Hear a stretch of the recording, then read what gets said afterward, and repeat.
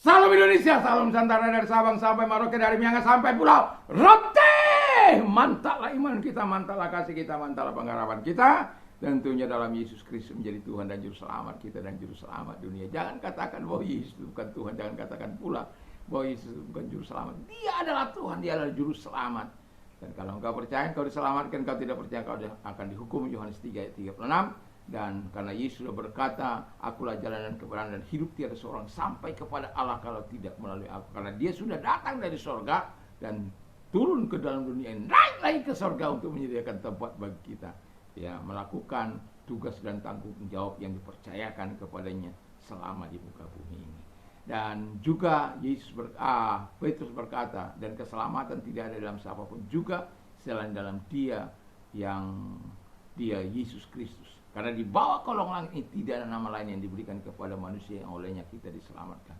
Karena begitu besar kasih Allah akan dunia ini sehingga ia mengaruniakan anaknya yang tunggal, supaya setiap orang yang percaya tidak binasa melainkan beroleh hidup yang kekal.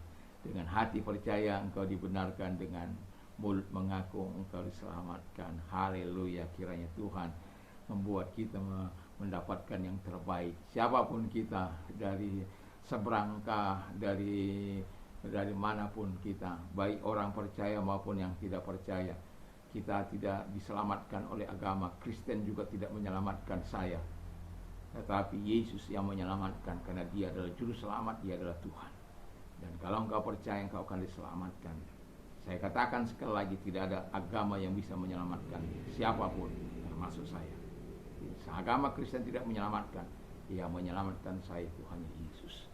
Dan puji nama Tuhan, kiranya di malam hari ini, sebelum kita istirahat atau tidur atau kita sedang rehat, biarlah kiranya Tuhan terus menolong kita. Iman timbul dari pendengaran firman Kristus. Ini bagian kedua.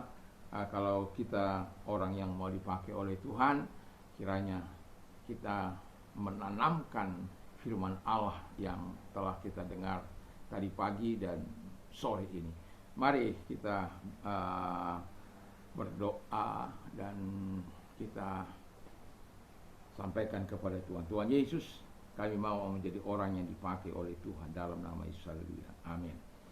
Tadi pagi saya berkata, orang-orang yang mau dipakai oleh Tuhan harus berserah diri kepada Tuhan, harus penuh dengan Roh Kudus, harus selalu berpegang pada firman Tuhan. Dan saat ini di dalam Matius 7 ayat yang ke-7 dan 8 dikatakan, mintalah maka akan diberikan kepadamu, carilah maka kamu akan mendapat, ketuklah maka pintu akan dibukakan bagimu.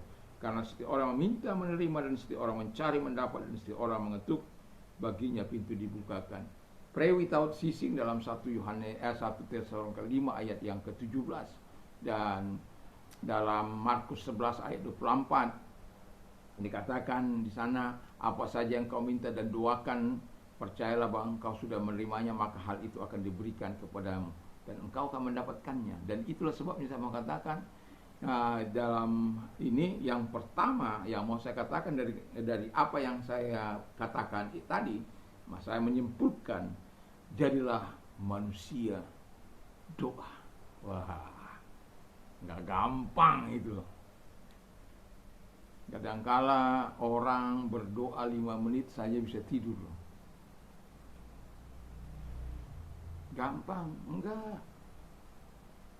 Karena apa?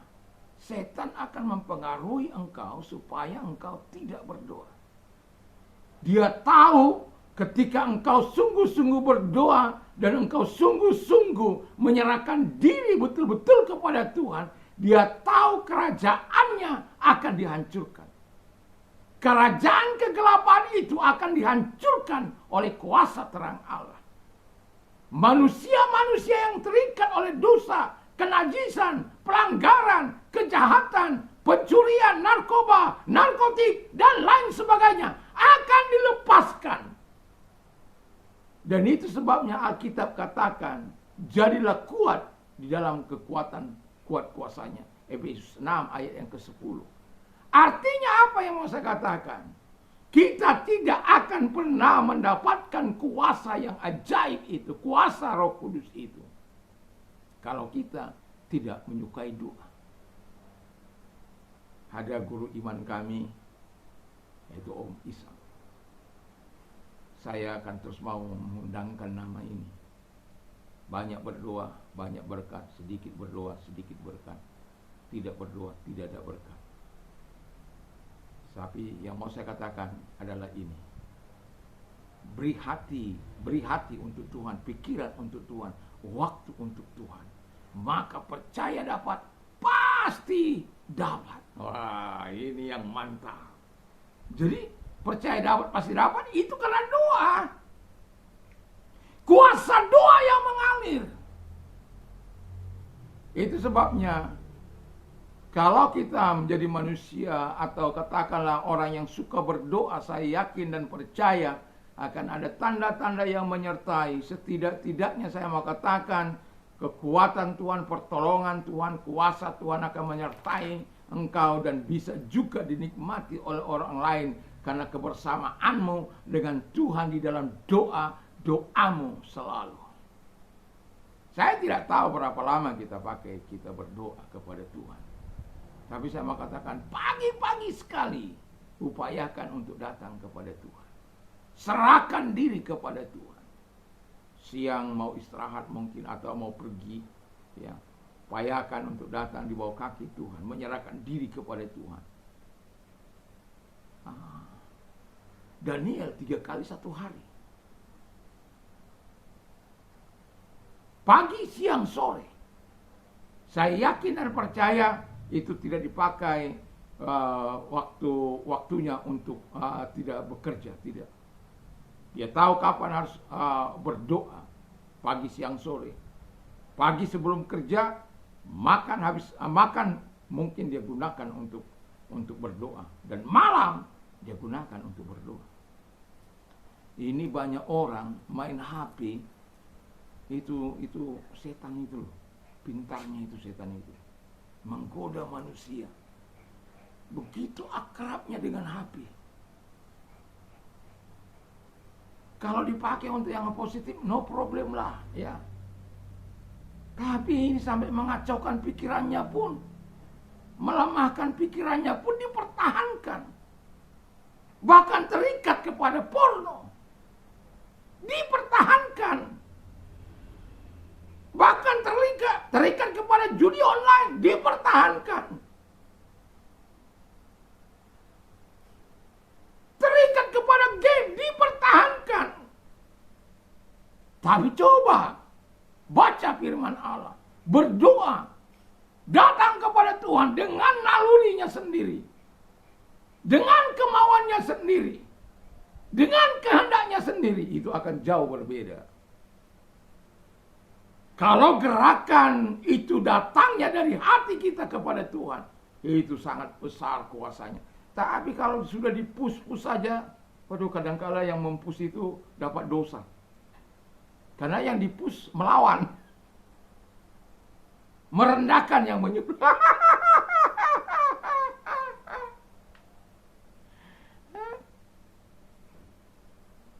Kenapa? Enggak ada api. Enggak ada semangat Roh Kudus yang dianugerahkan. Dan itu sebabnya saya mau katakan, api itu harus selalu menyala. Bagaimana supaya api itu menyala? Hiduplah dalam doa. Yang kedua kata firman Allah adalah hidup. Harus hidup dengan iman.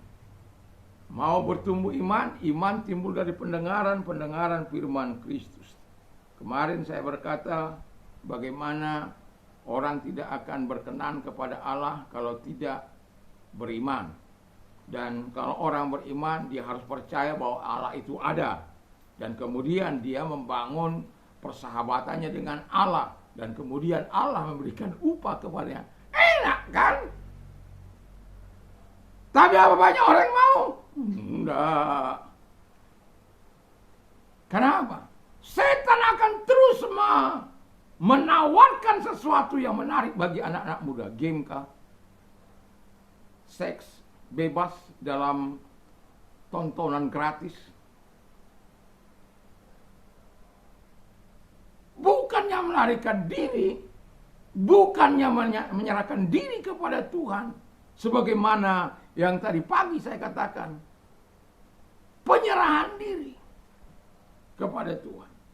Jadi kalau kita mau melawan setan, mengalahkan dunia ini, mengalahkan keangkuhan, hidup dalam kerendahan hati, kita harus beriman.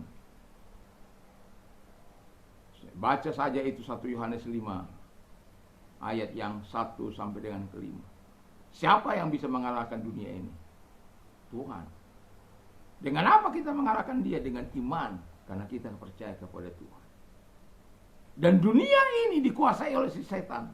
Tapi si setan tidak bisa menjamah orang-orangnya. Karena apa? Ada Tuhan. Mantap kan? Tapi kita lihatlah kenyataan di lapangan. Kita lihat bagaimana orang-orang gaya hidup mereka. Bagaimana mereka menyombongkan diri mereka dalam keadaan tidak tahu, tidak pernah merasakan sedihnya, kesusahan orang lain. Karena semua serba ada. Semua tersedia. Tidak ada rasa hidup untuk menolong, prihatin dengan situasi dan keadaan.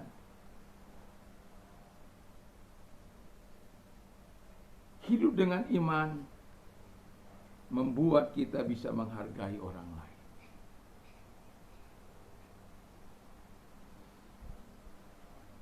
Roma 10 sekali lagi saya bilang ayat 17. Iman timbul dari pendengaran firman Kristus. Rajin-rajinlah mendengarkan firman Allah supaya imanmu bertumbuh. Kalau engkau sudah tidak beriman, kau akan dikalahkan oleh setan. Yang ikuti, lihat saja, apakah engkau sedang dikuasai oleh setan? Kamu suka melawan, itu sudah pasti kau dikuasai setan.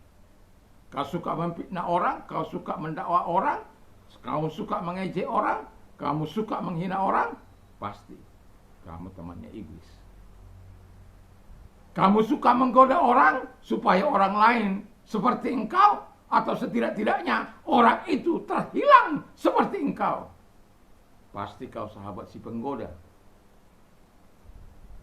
Kalau orang lain supaya jahat, kau buat jahat dia, jadilah kau si pembuat jahat, roh jahat masuk ke dalam dirimu. Makanya dikatakan oleh firman Allah, perjuangan kita bukan melawan darah dan daging, tapi melawan pemerintah, penguasa, penghulu dunia yang gelap dan roh jahat di udara. Jangan biarkan, jangan. Mari kita hidup beriman, manusia yang berdoa. Lalu kemudian yang terakhir, hidup mengasihi. Wow. Jadi kalau kita hidup mengasihi, kita rela berkorban. Ya. Nggak mungkin kita mengasihi tapi nggak rela berkorban. Bukan hanya berkorban pada Tuhan, berkorban kepada manusia. Saya sudah sering katakan, apapun yang kita punyai, ilmu pengetahuankah, hartakah yang kita bisa. Saya dikasih kelebihan rumah. Saya tidak membiarkan itu kosong. Saya berikan. Itu ditempati orang. Mau diambil buahnya, mau diambil hasilnya, terserah. Kalau dia berkemurahan membawa kemari puji Tuhan, enggak apa-apa. Tapi biasanya lebih suka tidak diangkat.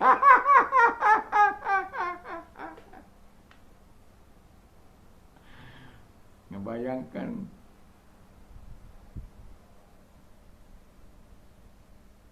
ya, kita mengasihi itu berarti rela berkorban.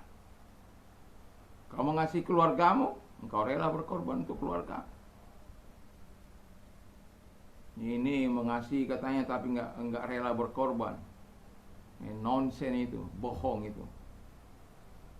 Bukan hanya tidak rela berkorban, malah justru membuat duri. Sakit.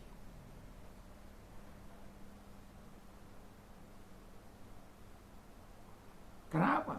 Tidak adanya penundukan kepada Tuhan. Kalau sudah tidak tunduk kepada Allah, wah sudahlah, beratlah. Berbahagialah orang tua yang memiliki anak yang tunduk kepada Tuhan, yang taat kepada Allah. Berbahagialah engkau. Nyakit kalau memiliki anak yang tidak taat kepada Allah. Susah pasti. Itu sebabnya kita lihat banyak pemberontakan itu.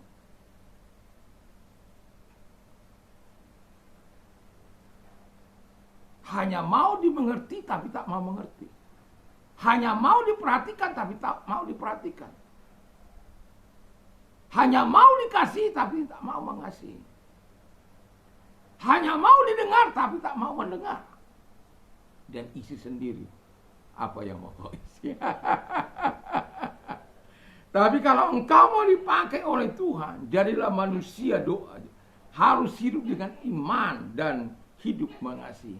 Tidak akan mungkin ada pemakaian Tuhan tanpa engkau mengasihi Tuhan, tanpa engkau hidup berdoa. Itu sebabnya pray without ceasing, kata firman Allah itu. Dan juga tidak akan mungkin kita bisa dipakai oleh Tuhan tanpa iman. Bagaimana mungkin kita tanpa iman aja nggak berkenan sebagaimana Ibrani itu. Tapi kalau engkau mau dipakai oleh Tuhan, mari. Masih ada 1 atau 2 siri lagi tentang pemakaian Tuhan ini. Saya berharap kita semua adalah orang-orang yang dipakai oleh Tuhan, diberkati oleh Tuhan dalam hidup ini. Dan engkau bisa membawa kemuliaan bagi Bapa di surga. Apa saja yang kau lakukan, lakukanlah bagi kemuliaan Allah.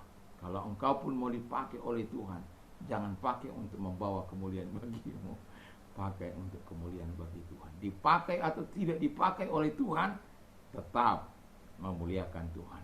Tapi kerinduan kita kepada Tuhan dan berkata kepada Tuhan, ini aku Tuhan, pakailah aku sebagai alat yang menyenangkan hatimu dan memuliakan engkau. Mari kita tunduk kepala kita berdoa. Terima kasih Bapa di surga, kiranya Allah yang besar menolong kami untuk terus rela dipakai oleh Tuhan tanpa melawan. Kami tanpa pamrih, kami rela dipakai oleh Tuhan. Dan Tuhan Bapa di surga, memang tidak sesuatu yang mudah.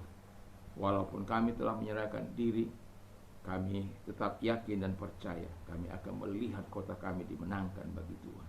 Daerah kami dimenangkan bagi Tuhan dalam nama Yesus Kristus. Terima kasih, dan bagi mereka-mereka yang sakit, kami mau perintahkan dalam nama Yesus, segala sakit penyakit yang mereka derita, mari engkau datang kepada mereka karena engkau tidak mengenal jarak, ruang maupun waktu. Dalam nama Yesus aku perintahkan, keluar segala sakit penyakit yang mereka derita, dan oleh bilurmu, oleh kuasamu, oleh jamahanmu, mereka sembuh. Terima kasih Bapa di surga, terima kasih. Dan bagi mereka-mereka yang mengalami persoalan hidup, kesusahan, Tuhan, kami datang kepadamu. Kalau engkau orangnya, angkat kedua belah tanganmu, serahkan diri kepada Tuhan. Mari kita berdoa. Tuhan, lihat tangan-tangan yang diangkat kepadamu. Tuhan, tolong mereka sehingga mereka tidak menyimpang daripada Allah, tidak menyimpang dari kebenaranmu, tidak digoda oleh setan, tidak diajak oleh setan untuk melawan Tuhan, ataupun melakukan hal-hal yang jahat di hadapan Tuhan. Tapi engkau membebaskan mereka dan mereka memberikan kemuliaan bagimu. Terima kasih buat pertolonganmu kepada kami. Terima kasih buat pembelaanmu. Di dalam nama Yesus kami bersyukur dan berdoa. Haleluya. Amin. Tuhan Yesus memberkati. Sebelum tidur, mari biasakan untuk membaca firman Allah, berdoa. Mantap, mantap, mantap.